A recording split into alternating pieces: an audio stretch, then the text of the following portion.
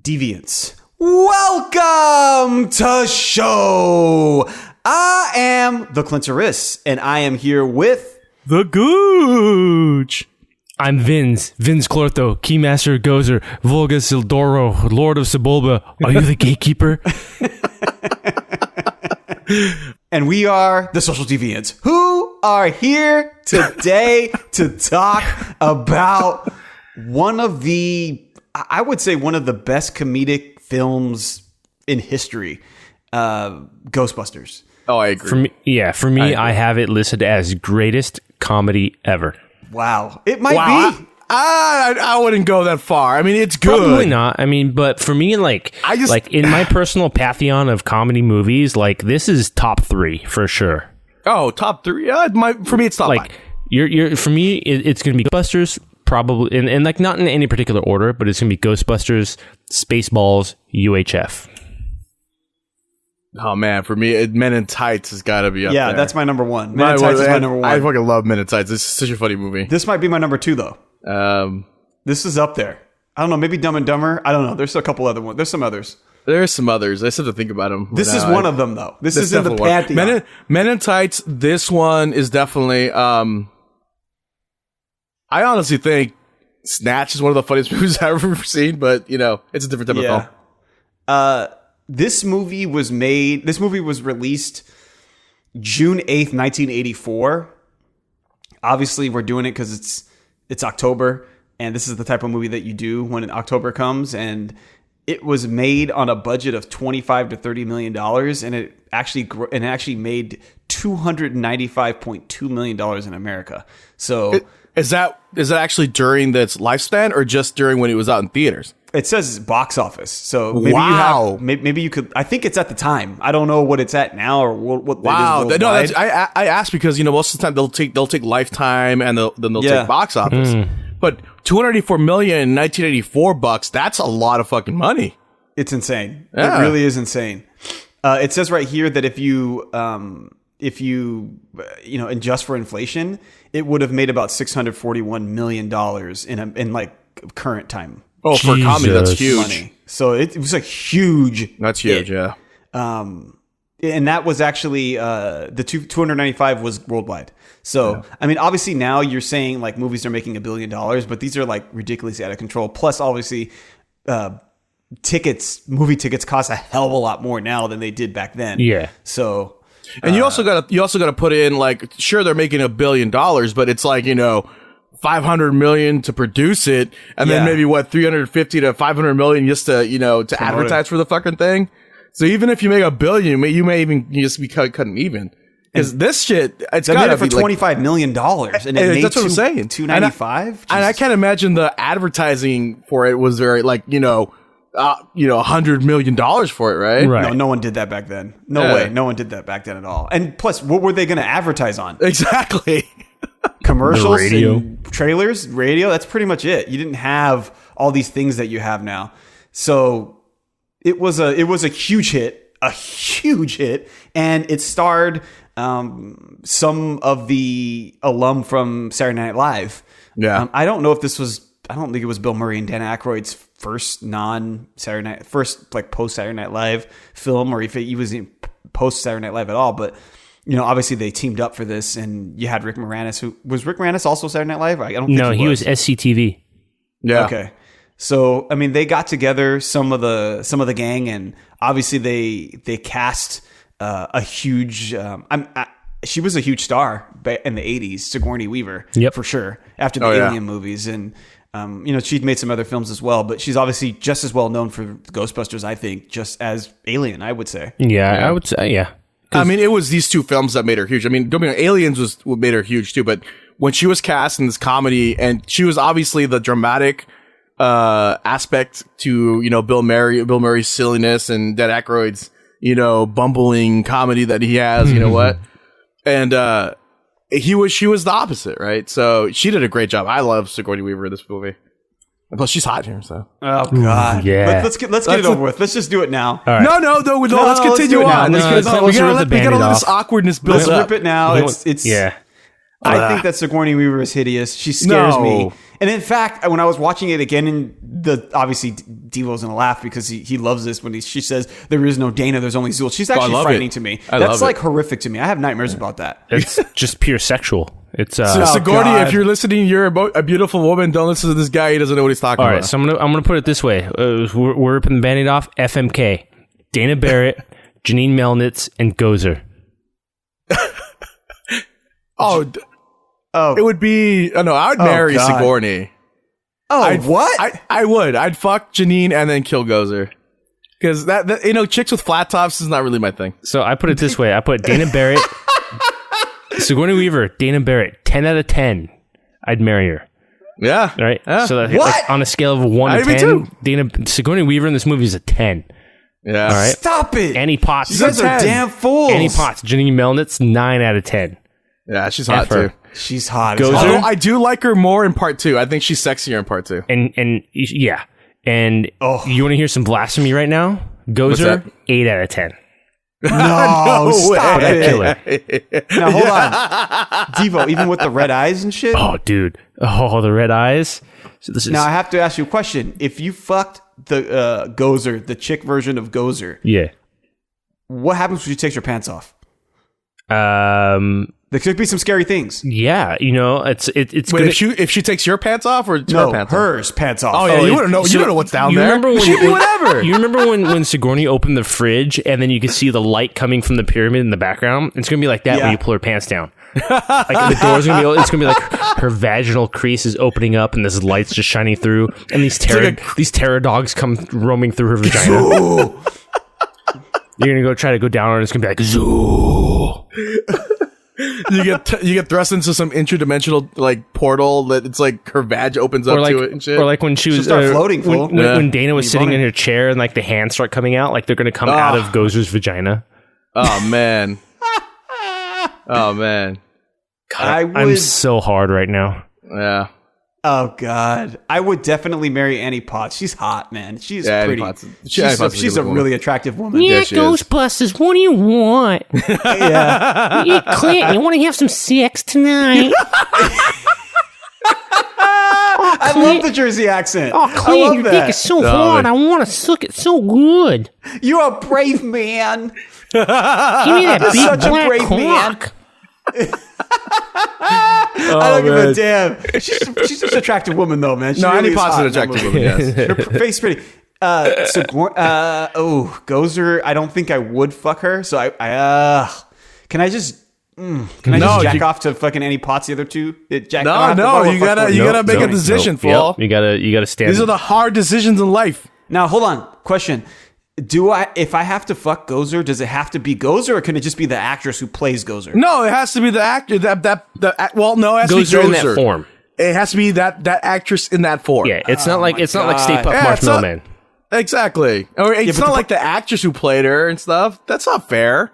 It's got to be Gozer in that in that lace bodysuit and the red eyes. Androgynous as hell. Disgust. If she takes her pants off, I don't know what the hell is going to happen. At least I think Sigourney is human. You know what's going to happen when you pull down Gozer's pants? A dick's going to come out. Yeah, probably. I gotta kill it. Like your worst nightmare is going to come out because it's Gozer. Well, it's probably like 8 dicks and shit. God damn it, man. Wait, no, Gooch, I think you're confused. I think that would be Clint's fantasy. You fucking bastard. I know, if there are 8 black dicks, it's a fantasy. You motherfuckers. They all have little flat tops on them. I mean, if you've heard our podcast before, you know that these guys have professor love for Sigourney, and she's frightening to me. I would be. We really love you, Sigourney. Forget what he's saying. This fucking guy. So let's hear the comments. Now, I want to start off by talking about the opening scene of this movie. Let's take it back to the beginning because I remember, obviously, and the interesting thing is, when you see the Columbia intro to the Columbia Pictures thing, normally it's like some music that plays, some orchestral music, but when it first comes in, you don't hear anything, and then like the spooky music comes in. Yeah, and so right off the bat, you know this movie is, and you know it's Ghostbusters the second you see that, which is awesome. And I remember seeing that the Columbia Pictures thing brings back like memories of my childhood. What about you guys? For me, whenever I see Columbia Pictures in any movie, like that makes me think of Ghostbusters. And same thing with 20th Century Fox. Whenever I see a 20th Century Fox logo, the first thing I think is Star Wars. Yeah. Ghostbusters is that big, I think. Especially when it got burned into our memory as a kid, because it was always on TV too.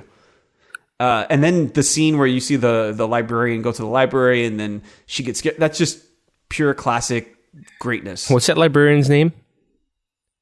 I didn't catch it. Did you guys? I don't remember. Because I remember when Bill Murray is investigating or asking her questions, he's like, "Are you, Janine, menstruating?" Oh, it's like Doris or something. Are you Doris menstruating? And the guy's like, "What does that got to do with it?" Back off, man. I'm a scientist.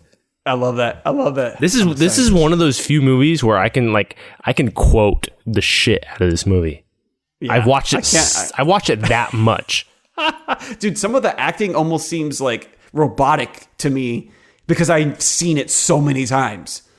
You know what I mean? Like some of, not the main characters, but some of the character actors. Yeah. Like people have like a bit role here and there. Like it's almost seared into my head the way that these people are moving. Like when I was watching it today, like when Bill Murray's doing the tests on the two students, and the guy's like, "I'm getting a little sick and tired of this." And like Bill Murray's like, "Oh, we're paying you, aren't we?" And he's like, "Yeah, but I know you're gonna give me electric shocks." And like the way he says shocks, like I never noticed it until today, but he's just like a total like surfer nerdy kind of guy. He's like, "Oh, you can be getting electric shocks." It was weird. And then the funny thing was that it was $5 that they were paying him, and he had like 100 questions he had to go through. Get 100 zaps for $5. Yeah. Hey man, when you're a college student, come on, Bill Murray, his portrayal of Peter Venkman, he's a fucking scumbag. Yeah, I mean, and you know that now when you watch it now with Me Too. Chick. Yeah, of course, he just wanted to get some poon for sure. He's a super scumbag. I mean, he does some like pretty creepy stuff actually. If you look at it through like a modern lens, like Me Too and all that stuff like that, he does some stuff that's like really not acceptable stuff anymore. But at the time, it was funny, and I got to be honest, it still is funny. Really, no, it's still funny. Well, like, I don't find it offensive by any means. I think he's a scumbag, but it's funny that he's a scumbag. Yeah, you know? Like when he's going through Dana's apartment the first time, and he goes into the bedroom, and she's like, "Oh, that's the bedroom. Nothing ever happens in there." And he's like, "What a shame." I know. If you, let's say, whatchamacallit, so the beginning of the movie, the first time you see Sigourney, they have the scene where the eggs pop off and pop out of the thing, and they start burning or cooking on the tabletop, and then you see the dog screaming Zool and all this stuff. And my question is, at that point, once you see the eggs popping off and you hear like grumbling from the fridge, would you actually open it? Because I wouldn't. I think it'd be like Eddie Murphy, right? And you hear the house say, "Get out!" Like, "Oh, gotta go. Sorry, honey." Exactly, right? Well, she didn't know. It didn't say "get out." It started moving, growling, and she opened up, and then Zool said "Zool." But still, you're chilling in your kitchen. All of a sudden, your eggs are jumping out of the carton by themselves, cracking open, and they're frying on your counter. You're like, perfectly normal, perfectly healthy, that nothing part wrong I here. agree. I would be like weirded out too, but like, I mean, she did the right thing though. She left. And she didn't come back for like 2 days. So I wouldn't have came back at all. Well, she came back with Peter Venkman full of the Ghostbusters. The car salesman. What'd she call him? The game show host? Yeah. The game show host. By the way, when he comes back, when she brings him in there, and he's like pressing on the piano keys, he's like, "Oh, they hate this. I just like to torture them." It's hilarious. Yeah, it's so funny. Complete bullshit, but I love it. It's hilarious. It's Dr. Venkman. No, she asked him, like, do you know what you're doing with that thing? He's like, "I think I do." I think so. Because there's no dogs in here, that's for sure. No, she's like, "Do you know how to use that thing?" He's like, "It's very technical." When they're like, when they're she's standing like, in front of the fridge. with the fridge part. And she's like, "Are you sure you know how to use that thing?" He's like, "Well, I think I do." No. Yeah. Or like when he opens the fridge and she's like, and he's like, "Oh my gosh." She's like, "What is it?" He's like, "Do you eat this stuff?" And he opens up like soda and junk food. Yeah. He's like opening up the top of like her container or something like that. You know, you see his face, looking in it and smelling it. And you see his face. It's so funny. Because he's a scumbag. Yeah, he's such a scumbag, dude. Oh my god. So I was going to ask you guys, what kind of car do you think the Ecto 1? Is it like a Lincoln Continental or something like that? What is it? It's a hearse for sure. It's a hearse. Yeah. No, it's like a hearse, but like they used to use them as ambulances back in the 50s. If you look, That's what I thought it it was. Yeah, like an ambulance or something like that. But it's like a hearse type. Like the hearse wouldn't only make for cars for funeral homes. They would also make stuff for ambulances because you have to fit people in there. But that's what it was. It's like from like 40s and 50s. Gotcha. Now, when I was watching the movie and they go to that first scene where they basically take down Slimer and they put their suits on, I don't know, man. I don't know what it is, but some of the stuff in this movie is super dated. It's obviously super 80s. But for whatever it is, those suits are timeless. They still look badass. Well, it's just the jumpsuit. That's they're jumpsuits. Yeah, they look so fucking cool. That whole scene from the second they walk into the hotel, from the second they walk out, it's pure gold. Oh, yeah. Oh, I love that. I love it.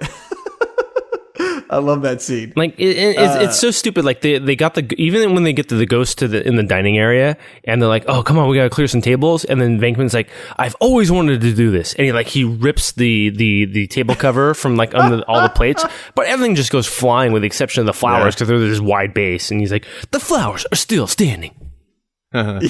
Dude, I gotta go. Look, let's go through that scene because I love that scene. There's so much good shit in that scene. We gotta talk about it. So one of the first things that he says when they're standing at the elevator is the guy standing there, some Italian is looking at them in the suit, and he's in New Yorker. Yeah, exactly. He's a New Yorker. And Bill Murray goes, "Someone saw a cockroach on the 12th floor," and the fool looks at him. He's all, "Must be some cockroach." And then Bill Murray says, "Bite your head off, man." I love that. I love that. And then Ray's like going up. He's like, "I'll take the next one." Yeah. And then first of all, I love the music in the scene. The music is so good in that scene. And then when the first time, I think I can't forget who it was. It might have been Venkman. Maybe it was Stantz. Maybe, and he's standing in the hallway, and then all of a sudden the maid comes out, and this fool turns around and shoots the cart with the proton pack, and she like ducks, and she's like, "What the hell are you doing?" It was what the hell are you doing? It's Egon and Ray that shoot, and Venkman's the one that tells them to stop. Yeah, because and what I love is like before that, when they're in the elevator, they're like, each one of us are wearing an unlicensed nuclear accelerator on our back. He's like, we haven't done a proper full test for this, and Ray's like, "I blame myself." Yeah. What was the tech Egon behind the proton pack, Egon's by the like, way? "I blame myself." It was like, and Venkman's like, I blame you too. Yeah. and then Ray's like, "All right, switch me on," and they turn it on, and then like Egon's like shying away into the corners, or as far away from it in case it blows up. What was the tech behind that, by the way? Do you guys know? Or I have no idea. Like, I know in the original script, they were supposed to be like magic wands or something. Yeah. Are you serious? Yeah. So I'm glad they did what they did then. I think it's when there's one part in the movie where they're pulling up. I think it might be at the end when they're going against Gozer, and they flip something on the proton packs, and like this little stick comes out.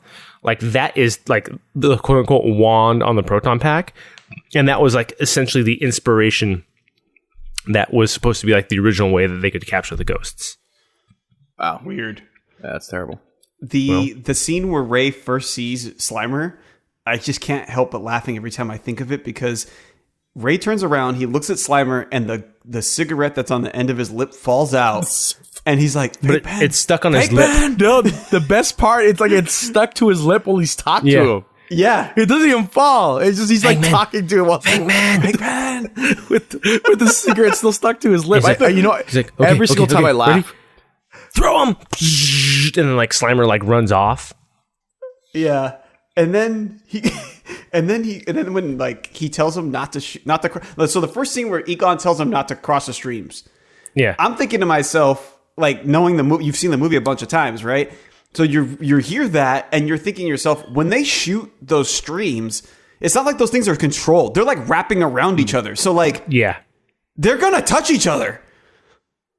Like, I don't understand how they are gonna not cross the streams. Yeah, and what's crazy is like when they actually capture a ghost and they're like controlling it, like the streams never touch each other. Yeah, They don't. But they're like really right next to each other and wrapping around the creature. And that's one thing that I've appreciated about all the Ghostbusters video games is that even in the one in the NES, it's like if you ever cross the streams, then you immediately die. That's crazy. No, even they portrayed it well, even well in the cartoons. I mean, the cartoons were a great representation of the film. The real Ghostbusters. The real Ghostbusters is a great thing. I mean, they pretty much follow to a T. Those are great cartoons. And then I really love when they're shooting, and then Bill Murray's like, whoa, whoa, whoa, Nice whoa. shooting, Tex. Yeah, I love that. And then when they get out, they get Slimer, and they walk out, and Ray is just spewing all this technical jargon about Class 5 full roaming vapor and all this other stuff.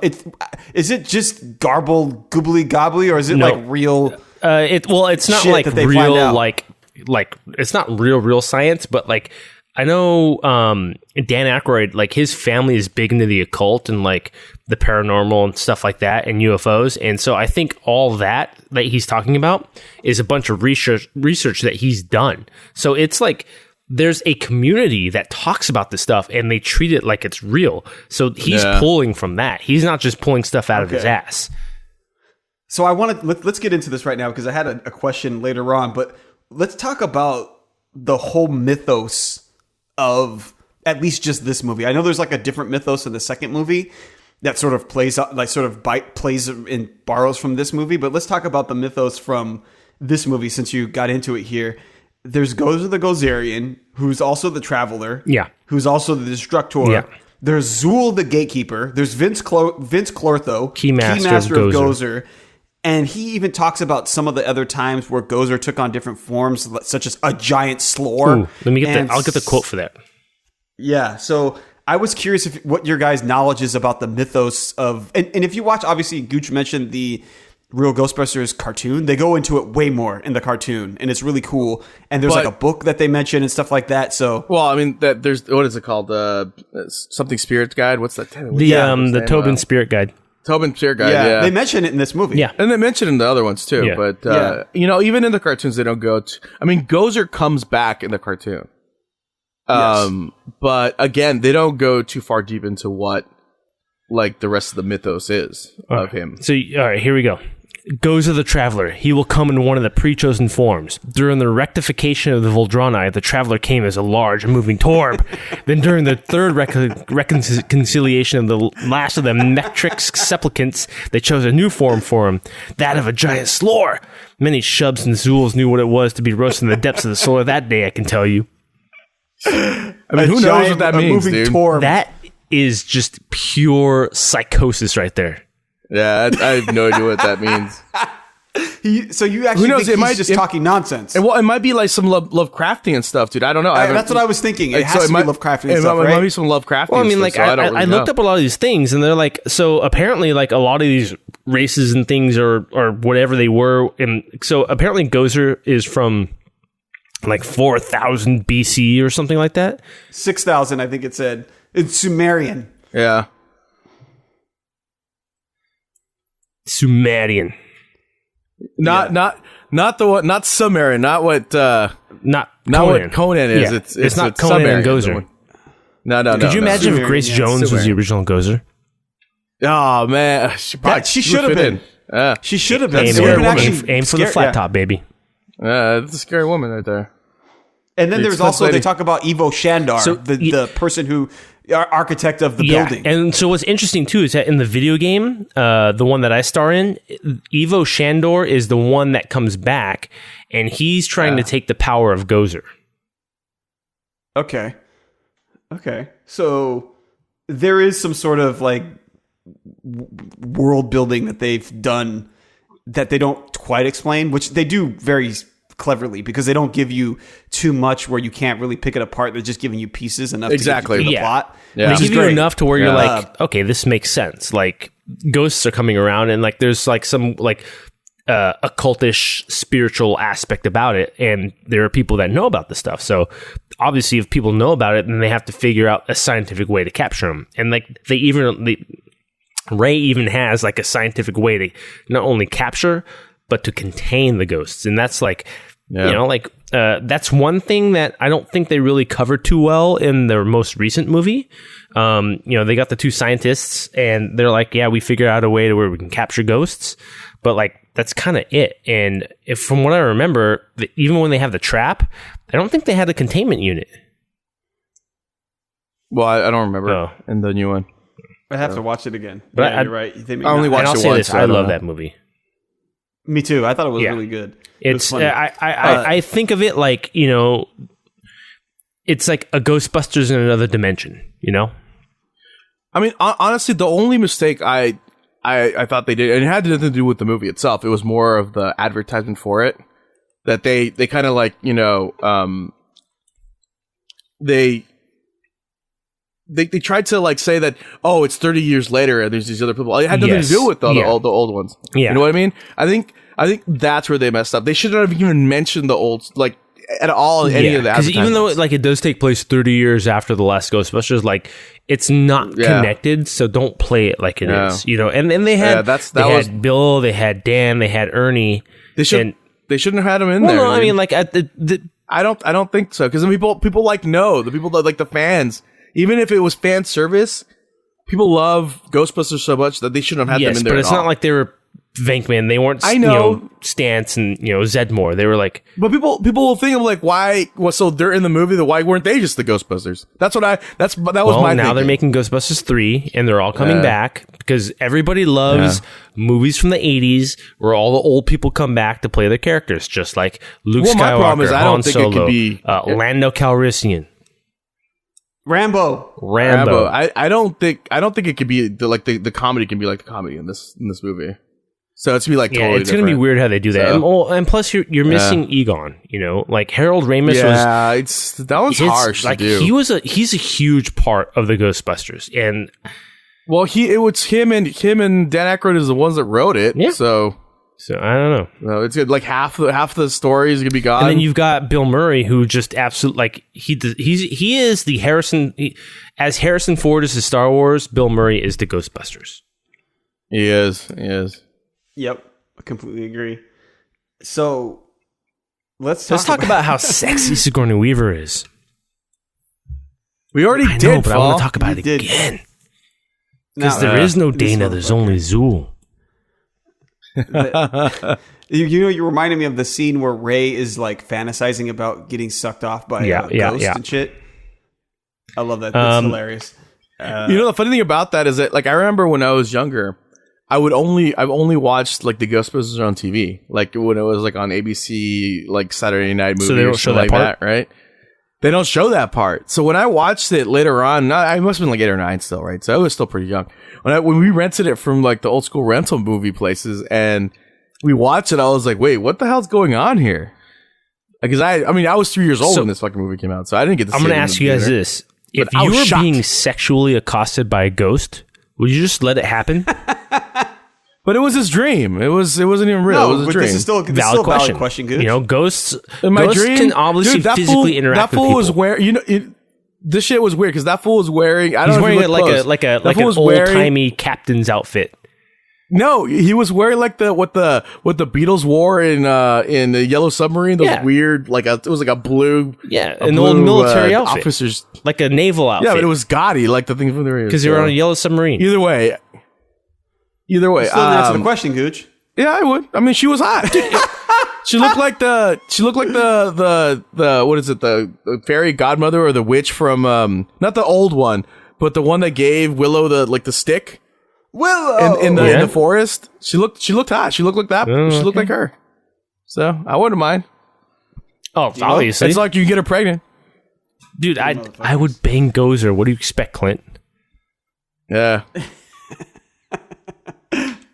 Touche. Now, what if the ghost flipped you over and was trying to put it in your butt? I don't think you'd have much choice. So you might as well enjoy point, it. like, how do you fight a ghost? God. The ghost takes what it wants, right? Exactly. So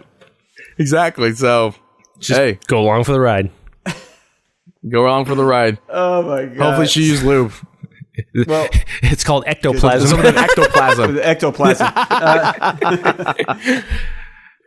Speaking of I got your ectoplasm right here. When Lewis is getting chased by those animatronic dogs and he's running around and he gets to the restaurant, oh my god, it's Somebody such a classic let me scene where he's just You know, I forgot how much I hated those people in that restaurant. They're all dude. just eating and minding their own business, and this man comes up and he's banging on the window. He's like, "Help! Somebody help! Somebody let me in!" And then he look turns at us, around continue and eating, he and then- sinks down, and they're just like, "Oh, okay," and they continue their meal. God, I always hated those people in that restaurant, dude. And then when they later on, I think there's like a police officer that comes to the scene of the crime and this fool says something that made me laugh. He's like, some moron brought a cougar to a party. when Peter maybe comes to pick up Sigourney Weaver's character. Can we talk about how great Rick Moranis is in this movie? You know what? He's pure Rick gold. Moranis is a comedic genius, and you look at Spaceballs, he is top notch, right? You look at Ghostbusters, top notch. One of the first times you meet him, Honey, I Shrunk the Kids. Yeah, he great makes film. that movie, even though he's only in it for 10 minutes. But yeah. and Honey, I Shrunk the Kids. Well, the kids are, but he's still. But you look so in Ghostbusters, when you first meet him, Dana's walking back to her apartment. He comes out and he's like, "Oh, hey, you shouldn't leave your TV on so loud." And she's like, "Oh, because I didn't leave it on, and that's how the ghosts are in her room, her house, and doing whatever." He's like, "Oh yeah, I tried to help, so I climbed out on your balcony. I tried to pull the cable out, and that didn't work. So I tried to open up." He's talking about like he's trying to break and enter into her house to turn off the TV to help her out. So this guy is desperate, and he wants that sweet Sigourney vagine. He does. How did he know that she was walking by the he's door a of his creeper. fucking apartment? He was a super creeper, dude. That fool was probably like, Oh, he's just looking through the people. oh yeah, and he's just looking through the And people. then, what does he say when she's going back in her my apartment? He's like, goodness. "Okay, I'm gonna go take a shower," because he just got done doing some yoga or whatever, and the dumbass Yeah, or locks himself something, out of yeah. his apartment. No, that was at the party. No, he does it every single time. He does it multiple That's times. the Oh, that's shtick, right. right? Every He single locks time. himself out of his apartment every single time. Yeah. Oh my god! Someone let me I got some in! smoked salmon from Nova Scotia, Canada. But I got it for $12.14. That's half off. It's that was hilarious. So when Bill Murray finally comes, I think this is right after that scene when he finally comes up to her door and she's Zool. Yeah. Obviously she's Zool. And he goes in there and she's like, "I want you inside me." And he goes, "There sound like you got a couple people inside there already. It might be a little crowded." No, And the I problem love is he goes, sure. He's like, sure. Nah. Nah. And then he's like, Zuli. And she looks at and he's like, and then he's like, the goes. I love how he does all that stuff like that when he's all talking to nonchalant people about it. And then, Yeah. exactly. And then that's the scene where she said, where the Annie Potts says her, "You're so kind to take care of that man." It's not a man. It's not a man. Yeah, exactly. I don't think he's a man. And then, fuck. By the way, Carl from Family Matters is in the movie. He's a cop, Yeah. Was he? so that was cool. And then, Yeah, he was the cop that comes to get him in the jailhouse. in the jailhouse. Yeah. Yeah, and then let's talk about Winston his fool's name? Zedmore? Oh. Peck. Is this Walter true? Yes. Peck. This man has no penis. Yes, that's the scene. I love that. Yes, this man is that. Oh my god, that dude, whoever that guy is, he's a character actor from the 80s. That dude is just perfect. He just makes you hate him complete slime ball. immediately. Exactly, a complete douchebag. And then obviously, Bill Murray loves to make fun of him. I just would love to be there on set when those guys were doing those scenes, because I would want to see who cracked first. Because some of the shit that Bill Murray says to that guy, you can't not laugh. And I wonder how much stuff they recorded that they didn't use in the movie. Exactly. I bet you. That's the other thing too. I was wondering how much Bill Murray's jokes were just ad-libbed or improv. My understanding is that Bill Murray. Murray only agreed to do the movie because Paramount said that, hey, if you do Ghostbusters with Dan Aykroyd, we will greenlight this other movie you want to do. So when he went to go do Ghostbusters, he was like, I don't give a shit about this movie. I'm just going to phone it in. So my understanding is that a lot of the stuff that Bill Murray does is is improv.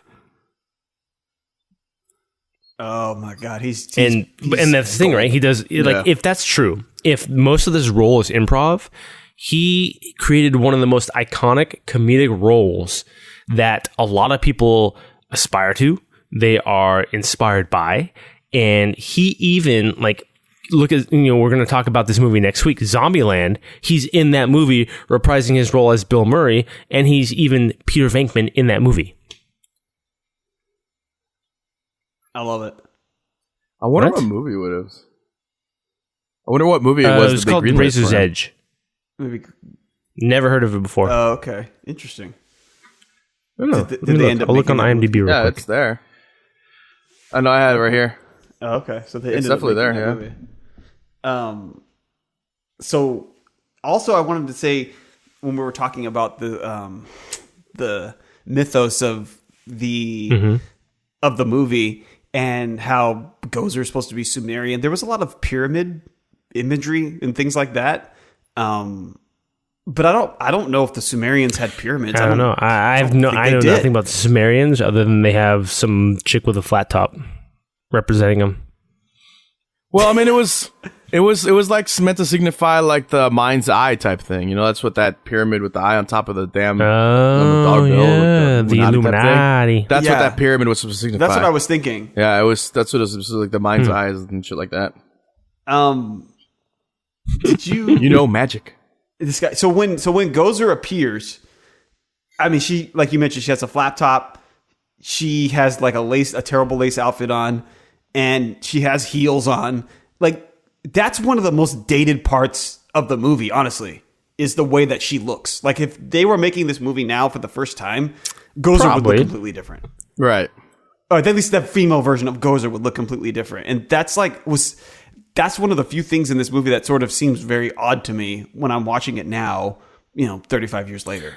Did you guys pick up on that? No, I don't think it was odd at all. For me, I don't know. Not that big of a deal. Like, it's what it is. That's with Gozer, they made it very clear that Gozer chooses its own image. And so, like, I guess you're right, yeah. Yeah. She would have chosen a form and then that was you never know. Like, time. Nowadays, she could look like fucking Kim Kardashian. Who knows? But yeah, I mean, that would be awesome. Like, actually, that would be pretty cool. If Gozer came back and like they made a modern movie and it was like she's like, hey, I'm gonna be whatever celebrity I want. I'm gonna be Brad Pitt, or I'm gonna be something like that. If she was Kim Kardashian, that would be kind of cool. I would not mind that. All right, well, hey. Not that I don't really dig Kim Kardashian, but like just because she would be in that movie would be kind of cool. The only problem is she's probably a horrible actress. I'm all about that. Well, she didn't have to say much. Yeah, me too. But like this motherfucker, she didn't. She was. It's not like Gozer said anything, and all her lines were just recorded in like you run through a synthesizer and shit. No, hold on. Do you think that was actually that actress's voice? Of course, I don't. Yeah, because she's Slovenian or Slovakian or something like that. So she's just like, yeah. The actress? Because she was like, has she been in anything else? Yes. Well, I think Slovakian movies, but not she's like a dancer movies. and stuff. No, she was like a dancer in a bunch of stuff too. Like in a strip club? Okay. No, I don't think so. He's like, Could you answer that question seriously? Not any that I've been to. So. No, she's from Yugoslavia. I've been around. I don't think I've seen her at any of those places I've been to. And then, obviously, so when Egon suggests finally that they should cross the streams to take down the Stay Puft Marshmallow Man, Bill Murray has this moment that's just pure classic. I thought crossing the streams was bad. What are you doing? You're endangering us. I thought that crossing the streams was bad. Yeah, crossing the stream was bad. You're endangering us. And then all of a sudden he's like, we could live, and everything. He's like, I love this plan. Yeah. I'm very excited to be a part of it. And he's like, let's do it. And then he slaps Ray in the face. He slapped her in the face. That was hella funny. Speaking of which, when the mayor saw like the bishop or the whatever, the Pope like character, he's like, he kisses the ring and then he's like, hey, Mike, how you doing? He slaps him on the cheek and shit. Yeah. Like a New Yorker would. That's funny. And then that was right. That was right after Bill Murray was like, dogs and cats living together, mass hysteria.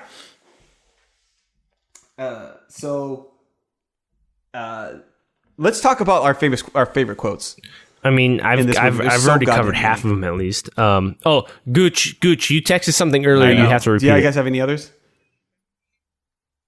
Oh, the whole thing about it's like when Ray and Peter and Egon walk into the library, and everything's all spooky once they get down. This is after the librarian also already got attacked by that ghost.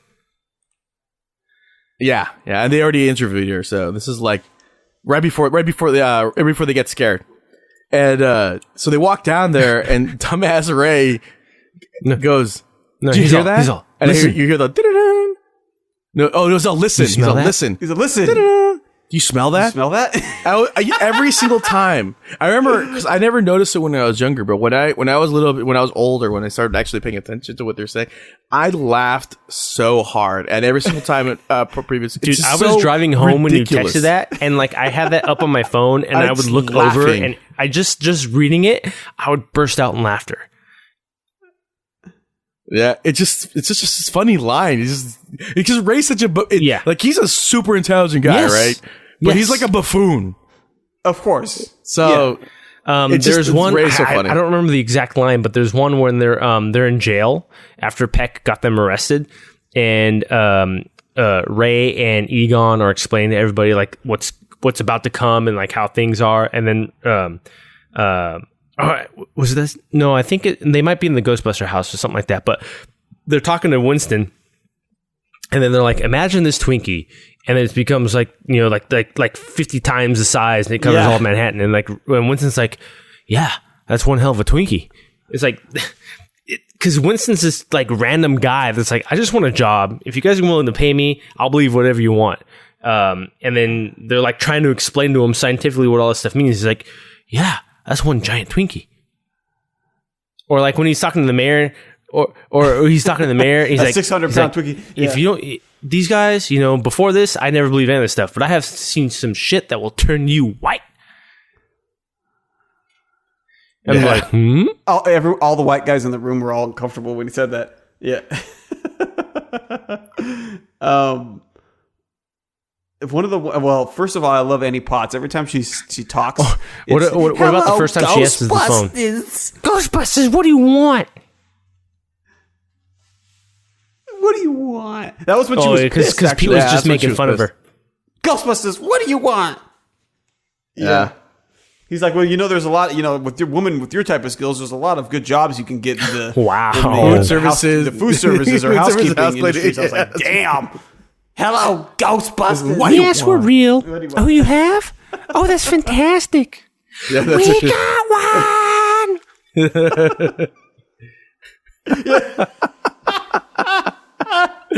And that accent's even worse in part 2. That's why she's sexier, dude. Oh, I love it. I love it. So I was curious when you guys were thinking about there's obviously a lot of stories about ghosts and the paranormal, and wouldn't say this is too occultish, but these types of things, and the way that they address it, but it's kind of actually serious. A lot of the characters that do how sometimes they'll do these things and then they'll show the bad guy, but then something goofy will happen to the bad guy. They never did that in this movie. It's kind of serious when you get to that level, when they're talking about all the baddies in this movie.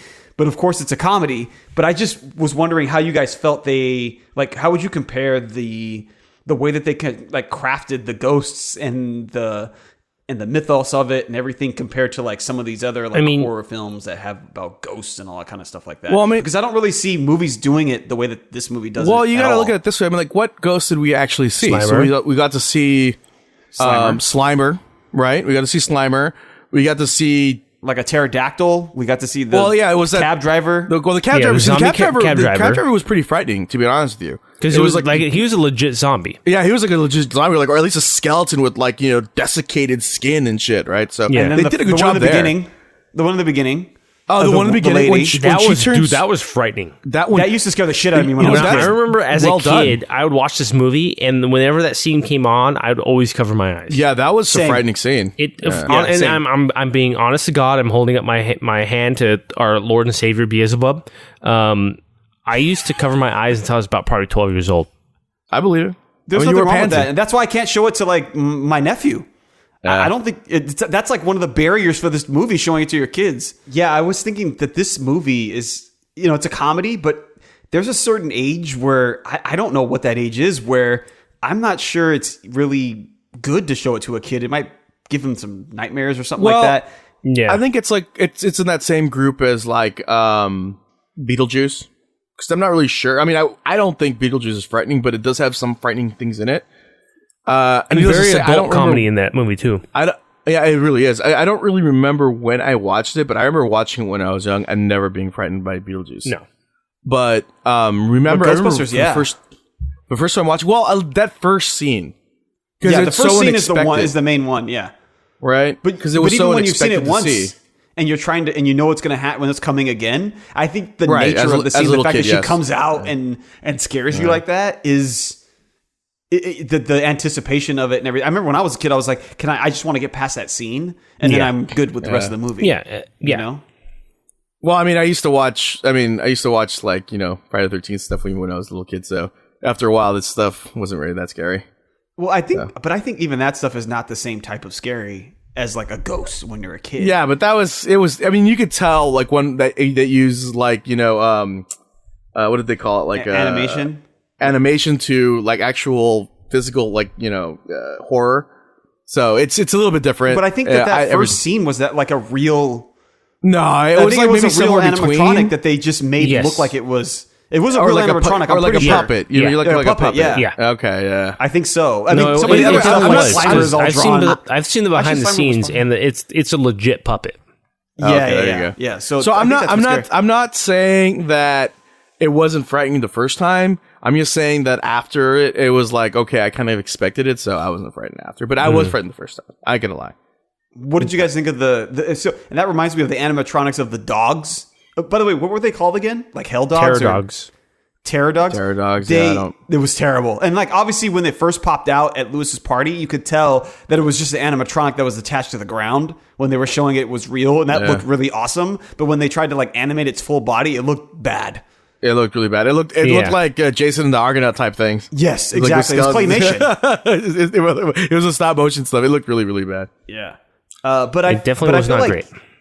But I feel like a lot of the other effects in the movie kind of hold up a bit, actually. No, they were good. I like the effects in these movies. Obviously the proton pack beams are animated, but for the most part, it looks pretty good. And I think this is one of these things that you see with movies like Star Wars, where actually when they make modern Star Wars films, it's like probably a chore for them to actually make it look like it did when they were making the original film back in the 70s and 80s, because it has that look. And even though like someone who's 10 years old might look at that and be like, that looks fake, but the way it looks, it has to look that way because we're so used to seeing it look that way. Yeah. And so that's a little bit of an interesting thing, which is what, I guess to sort of, put a bow on this, unless you guys had other things to talk about. When you're talking about the new movies, you're talking about the remake that happened and maybe Ghostbusters 3 that's supposed to come out. These are the types of things that, people like us are going to be looking for. Are they going to be consistent with the technology? Are they going to be consistent with some of the way the ghosts look and stuff like that? Because I'm not actually opposed for them making some of these ghosts look like the way that they look in this movie, or some of the animation look like the way it looks in this movie. And that's one thing that I think, when you look at the older movies, and people appreciate the old Star Wars more because there were so much more practical effects. People appreciate the so even like the Dark Crystal. So Netflix just made a sequel to the Dark Crystal, and it's all practical effects. It's not CG, and it looks so good. Yeah, my little sister said it was really good. There was another movie that came out recently. I forgot what it was, but they opted to go practical effects rather than CG, because CG apparently, even though it's a little bit longer, it costs a lot more. It's a little bit easier to make. But I forgot what the movie was, and I remember they went practical effects, and it just looked that much better. And that's something that I hope that they handle in Ghostbusters 3 is that if they just focus on the practical effects, don't worry about CG. The latest Ghostbusters movie they had, great movie. I loved it. I loved the women that acted in the movie. And the effects, it was just so much CG that it felt fake. But when you watch Ghostbusters, you know it's not real, but it feels real because you've got practical effects and you've got animation around it, not CG. And there's that difference. And I think when you want to have a movie that feels grounded and you want to have a sort of level of reality in there, it's got to be practical effects, And again, I don't make movies, so I don't know how easy it is or how difficult it is to make a movie with these practical effects. But man, every time you watch a movie that has practical effects versus CG, it's just that much better. Yeah. Yeah, I think that there's a couple directors out there that sort of do what you're talking about, Devo, but also because there's this thing where your eye, I don't know what it is. I'm sure there's some scientific term for it where your eye knows that something doesn't move real or the texture of it isn't real. Yes. Or the lighting on it isn't real. And when you have a practical effect, your eye, it's hard to distinguish at what point it's a real effect or what, like, so, it's like the T-Rex in Jurassic Park versus the way that they do it in these new movies, the Jurassic World ones. Like, that was a real animatronic there, and it looks like it was a real thing.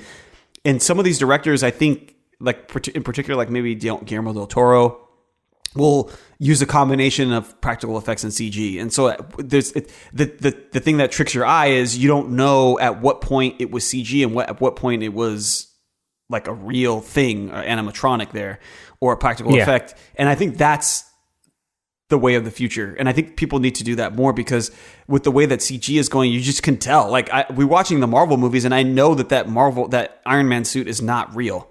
Like, and at what point is it, and you know that at no point in the course of the film is it ever someone standing there in a real suit. And if you at least had some of that, like I hope that they would do in these Ghostbusters movies, it's going to make it look that much more real. So like if you put Slimer in, like you'd need to have like the actual puppet or whatever, and then make it look like it's like floating there and it's like glowing, you know what I mean? But if you just animate it like it's a full CG thing, it's your eye knows, your mind knows. Yeah.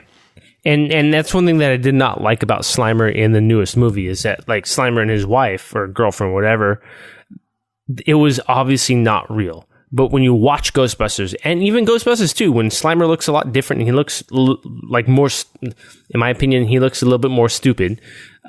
He feels real because it's somebody in a suit playing Slimer, and they enhance it with animation, not create it with animation. And that has a huge difference. And you can, like you said, you can tell. So hopefully the new Ghostbusters film is good.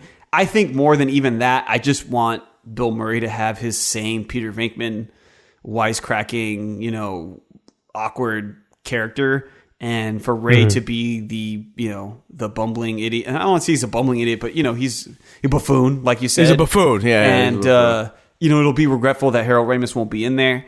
But it would have been tough for him to lose all that weight to look more like Egon. Anyways, and obviously, Winston will be in there and everything, and Annie Potts is in it, and I don't know if Sigourney's in it though, but let me look and see if she better be. Better be. This son of a bitch. Yeah, she's in it. So Ernie Hudson's in it, and one of the kids from Stranger Things is in it, and so forth. So I'm looking forward to it. I loved pretty much everything about Ghostbusters. I love that cartoon. It was it is probably my favorite cartoon of all time, probably. So. Dude, I started watching it again with the kids, and the cartoon's actually kind of scary. Yeah, yeah. For kids, it's actually kind of scary. Yeah.